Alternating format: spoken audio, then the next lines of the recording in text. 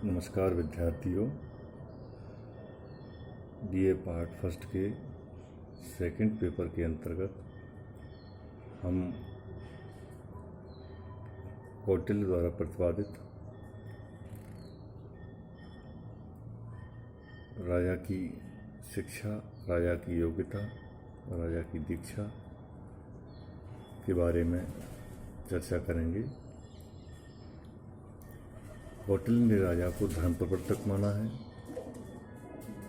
उनके अनुसार राजनीति व धर्म में अति निकट संबंध है, इसलिए धर्म का पालन करते हुए न्याय के आधार पर प्रजा की रक्षा करने का महत्व कौटिल्य की दृष्टि में राजा के लिए इतना अधिक है कि वे उसे राजा के लिए स्वर्ग प्राप्ति का एक साधन मानते हैं। स्वधर्म स्वर्गीय प्रजा धर्मेण रक्षिता। ऐसी दशा में यह स्वाभाविक ही है कि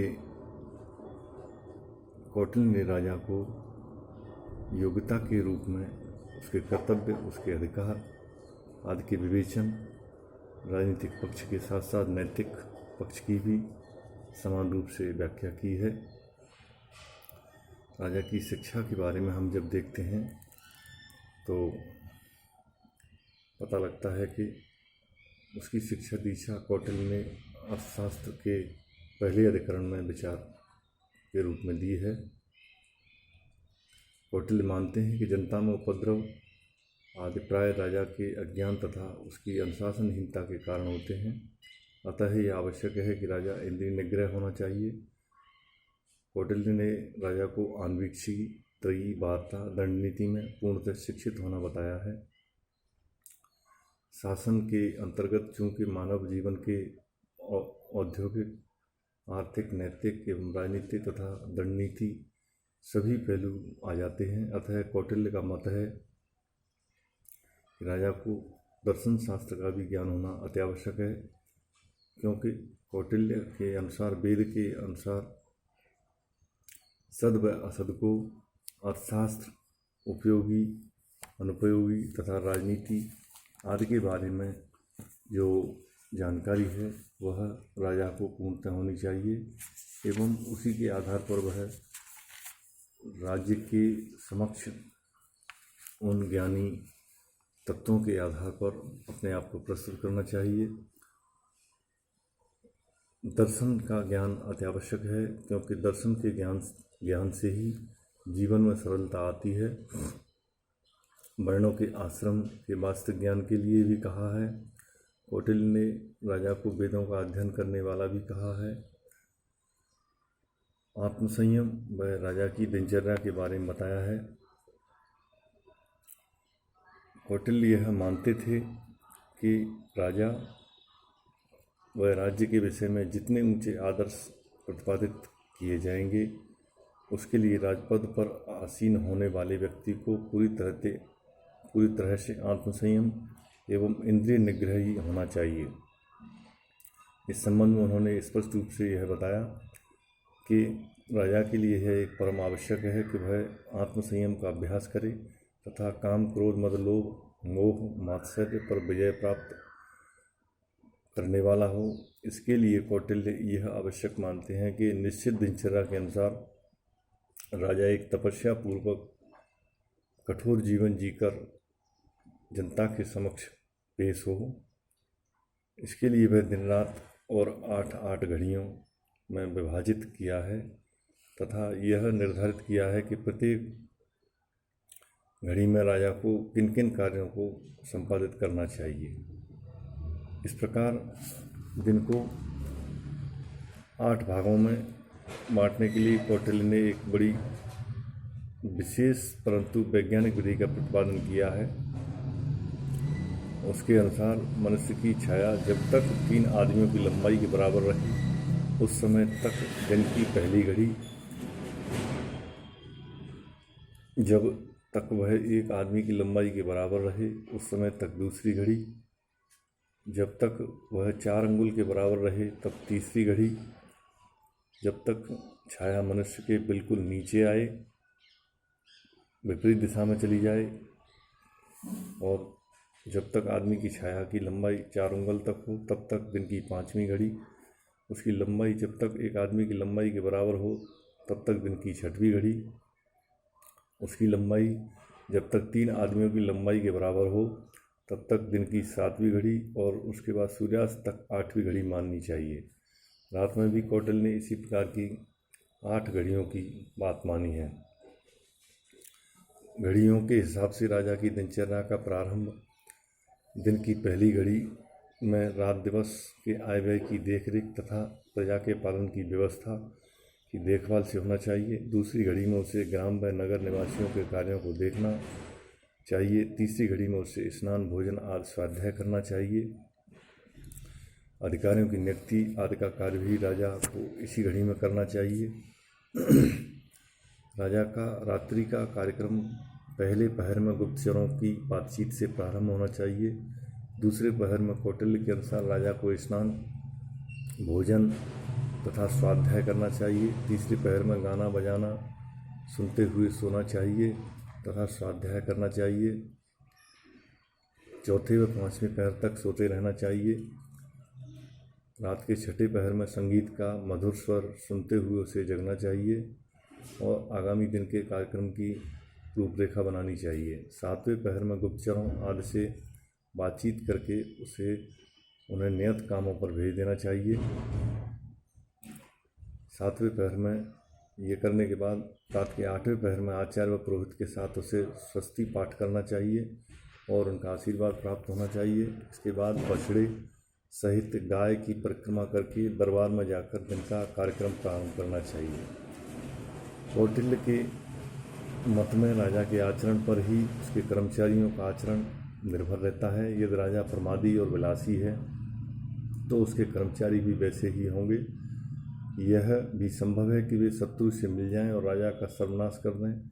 इसके विपरीत यदि राजा विवेकी, संयमी, परिश्रमी, पवित्र चरित्र वाला तथा उदार होगा तो उसके कर्मचारी भी इन गुणों को ग्रहण करने का प्रयास करेंगे। कहने का तात्पर्य है राजा के कार्य ही प्रजा के कार्य हैं।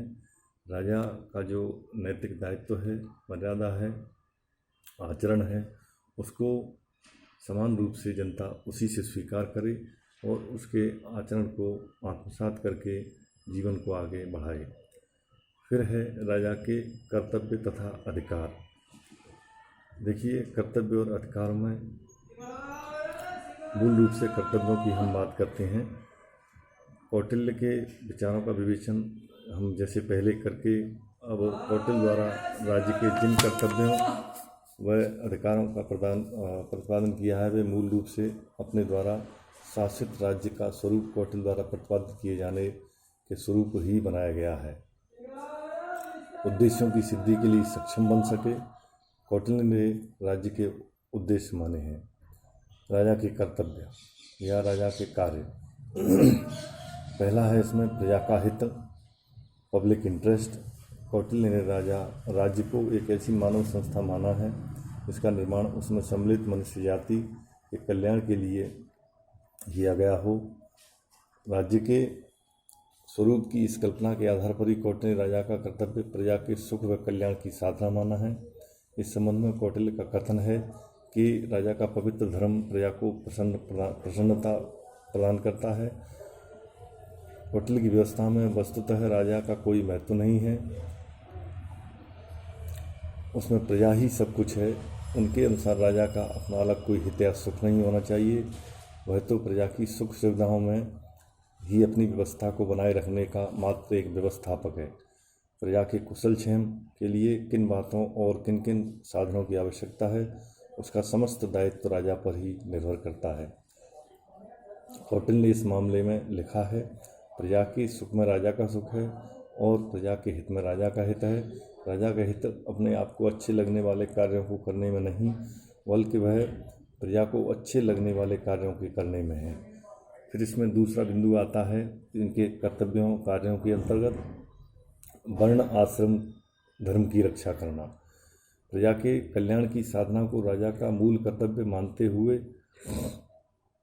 कौटिल्य ने वे सब भी राजा के कर्तव्य माने हैं जो उस मूल कर्तव्य के पालन के लिए आवश्यक हों। उदाहरण के लिए कौटिल्य ने चूंकि प्रजा का कल्याण उसके द्वारा वर्णाश्रम धर्म के पालन में माना है। राजा का यह कर्तव्य माना है कि वह यह देखे कि उसकी प्रजा कल्याण के साधन के रूप में वर्णाश्रम धर्म का पालन करे। इस संबंध में कौटिल्य ने कहा है, राजदंड के पालन करने हेतु राजा को 4 वर्णों आश्रमों की व्यवस्था में रहने वाले लोगों द्वारा किए गए कर्तव्य के पालन के विरोधी धर्मों या कार्यों का विरोध तथा उसके अनुरूप धर्मों को विधिक मान्यता प्रदान करना चाहिए।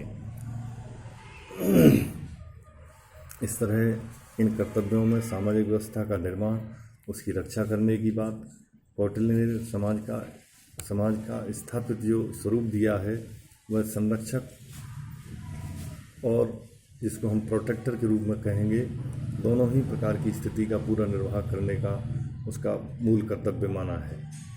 फिर है इसमें विधिक वर्णों के पारस्परिक सहयोग का संवर्धन। समाज का जो स्थापित व रक्षक होने के नाते सदा ऐसे समाज के निर्माण व उसकी रक्षा करने के लिए प्रयत्नशील रहना उसका कर्तव्य है, जिसमें लोग अपने अपने वर्ण के कार्यों को अपनी अपनी लगन से संपादित करेंगे एवं ऐसी सामाजिक, आर्थिक व नैतिक व्यवस्था की स्थापना व उसकी सुरक्षा करना, जिसमें विधिक वर्णों के कार्यों को करने के लिए परस्पर प्रतिस्पर्धा या द्वेष न उत्पन्न हो पाए, न्याय की स्थिति बनी रहे। न्याय की स्थिति बनाए रखने में कौटिल्य सामाजिक न्याय के साथ साथ आर्थिक न्याय की स्थिति की भी समान रूप से बात करते हैं। इस संबंध में कौटिल्य का कहना है कि प्रजा की संपत्ति व जीवन की सुरक्षा की व्यवस्था न करके लोगों में दरिद्रता न करने से लोगों में दरिद्रता, गरीबी, कमजोरी आती है, जिससे राजा के प्रति द्वेष बढ़ता है। तब लोग निर्धन हो जाते हैं और लोभी बन जाते हैं। और अगर ऐसी स्थिति होती है तो राज्य को बचाए रखने के लिए राजा का जो चरित्र है वह सबसे ज़्यादा काम आने वाला माना गया है। अधिकारों की निरंकुशता के बारे में भी बताया गया है कि संपूर्ण प्रजा के कल्याण की साधना की दृष्टि से राजा के लिए कौटिल्य ने जो कार्य किए हैं या जो बताए हैं वो निरंकुशता के संदर्भ में असीमित अधिकारों की ओर न जा सके, बल्कि सीमित अधिकारों में या एक दायरे में राजा का जो दायित्व है वह जनता के ऊपर संपादित होना चाहिए। फिर है इसी में मात्स्य न्याय से समाज की रक्षा करना मूल कर्तव्य होगा उसका। असीमित एवं निरंकुश शासन नहीं होना चाहिए। फिर है अधिकारों का औचित्यपूर्ण प्रयोग। अधिकारों का जो प्रयोग है वह एक कानूनी एवं वैधानिक तरीके से होना चाहिए, न कि राजा को उत्संकरण या उल्लंघन करने वाला या ऐसी छूट दी जाए कि जिससे वह निरंकुशता की ओर बढ़ जाए और कानून या मर्यादा या फिर नियम के विपरीत जाकर के वह अपना व्यवहार करे। तो ये ध्यान रखने वाला मामला है इसमें। फिर है अधिकारों का कर्तव्य। अधिकारों का आधार कर्तव्य ही होगा। कौटिल्य ने बताया है कि अर्थशास्त्र तथा न्यायशास्त्र विषयक ग्रंथों में जो नीति नियत निर्धारित हैं उनको देखकर ही यह बात स्पष्ट हो जाती है कि हिंदू राजा की स्थिति एक वेतनभोगी सेवक से बढ़कर कुछ नहीं है। राजा और राजपरिवार का वेतन है वह निर्धारित था, जो देश की आय तथा देश की स्थिति पर निर्भर था।